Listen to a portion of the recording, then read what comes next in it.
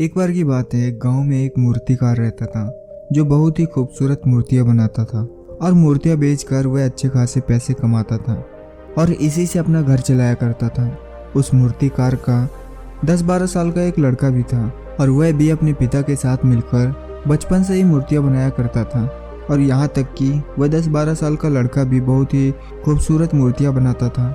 उसके पिता उसकी मूर्तियां देखकर बहुत खुश होते थे, लेकिन हमेशा उसकी बनाई हुई मूर्तियों में कोई ना कोई कमी निकाल ही लेते थे। लेकिन उस मूर्तिकार का बेटा कभी भी अपने पिता की बातों से निराश नहीं था, बल्कि वह अपने काम को जारी रखता था और अपने पिता की बात मानते हुए अगली बार वह उस गलती पर अच्छे से ध्यान देता था। अब धीरे धीरे उस बच्चे की मूर्तियाँ उसके पिता की मूर्तियों से भी ज़्यादा अच्छी बनने लगी थी।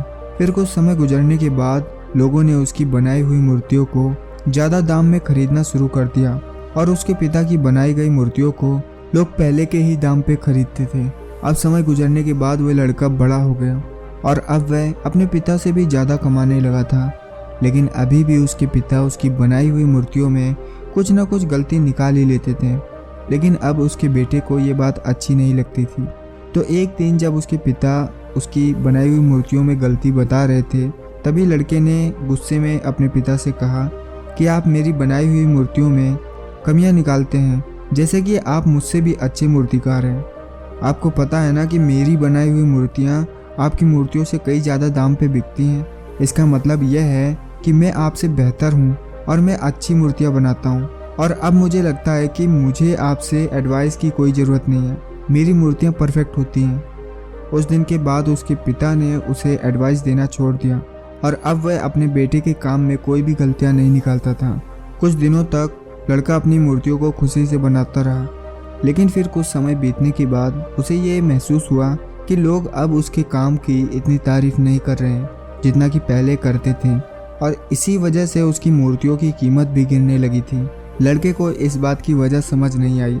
उसे अपनी बनाई गई मूर्तियों में कोई भी कमी नज़र नहीं आ रही थी, जिसे सुधार कर वह फिर से अपनी मूर्तियों के दाम को उठा सके।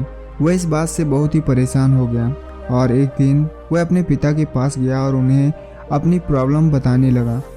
पिता ने उसकी पूरी बात सुनी और उसे कहा, मुझे पता था कि एक दिन ये तुम्हारे साथ ज़रूर होगा। ये सुनने के बाद बेटा हैरान हो गया और उसने कहा, क्या आपको पहले से पता था कि ये होने वाला है? पिता ने हाँ में सिर हिलाया और कहा, क्योंकि ये मेरे साथ भी बहुत साल पहले हो चुका है।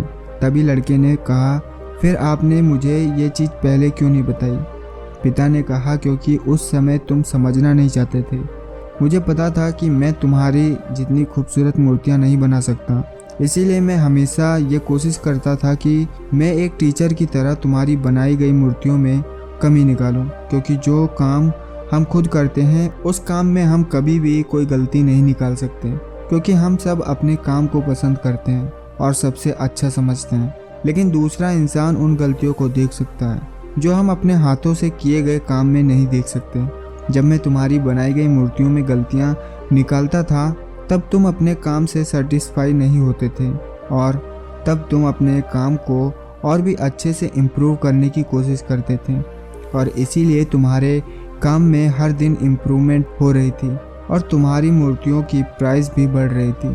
और जब तुम अपने काम से सेटिस्फाई होने लगे और ये सोचने लगे कि तुमने जो मूर्तियाँ बनाई हैं वह बिल्कुल परफेक्ट हैं और उसमें कोई भी गलती नहीं है, तभी तुम्हारी ग्रोथ रुक सी गई। लोग हमेशा तुमसे अच्छी मूर्तियों की उम्मीद रखते हैं और जब से तुम उनकी उम्मीदों पर खरे नहीं उतरे, तब से उन्होंने तुम्हारी मूर्तियों में इंटरेस्ट लेना छोड़ दिया और इसी वजह से तुम्हारी मूर्तियों के दाम भी कम होने लगे और आज तुम इस सिचुएशन में पहुंच चुके हो। बेटे ने अपने पिता को अच्छे से सुना और थोड़ी देर के लिए शांत हो गया। फिर उसने कहा, पिताजी, अब मुझे क्या करना चाहिए? पिता ने कहा, बेटा, डिससेटिस्फाई होना सीखो और यही एक चीज़ तुम्हें इंस्पायर करेगी हमेशा अपने काम को बेहतर बनाने के लिए, हमेशा अपने काम में इम्प्रूवमेंट लाने के लिए।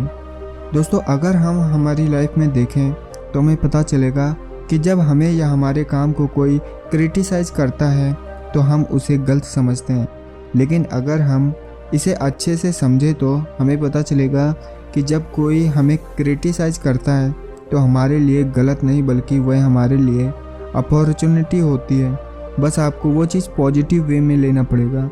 जब आपको या आपके काम को कोई क्रिटिसाइज करता है तो उसे एक फीडबैक की तरह समझो और उस गलती को फिक्स करो और अपनी प्रोग्रेस की तरफ बढ़ते रहो। तभी आप अपने काम में इम्प्रूवमेंट के रास्ते पर लगे रहोगे। चाहे दुनिया का कोई भी काम हो, उसका कोई अंत नहीं होता।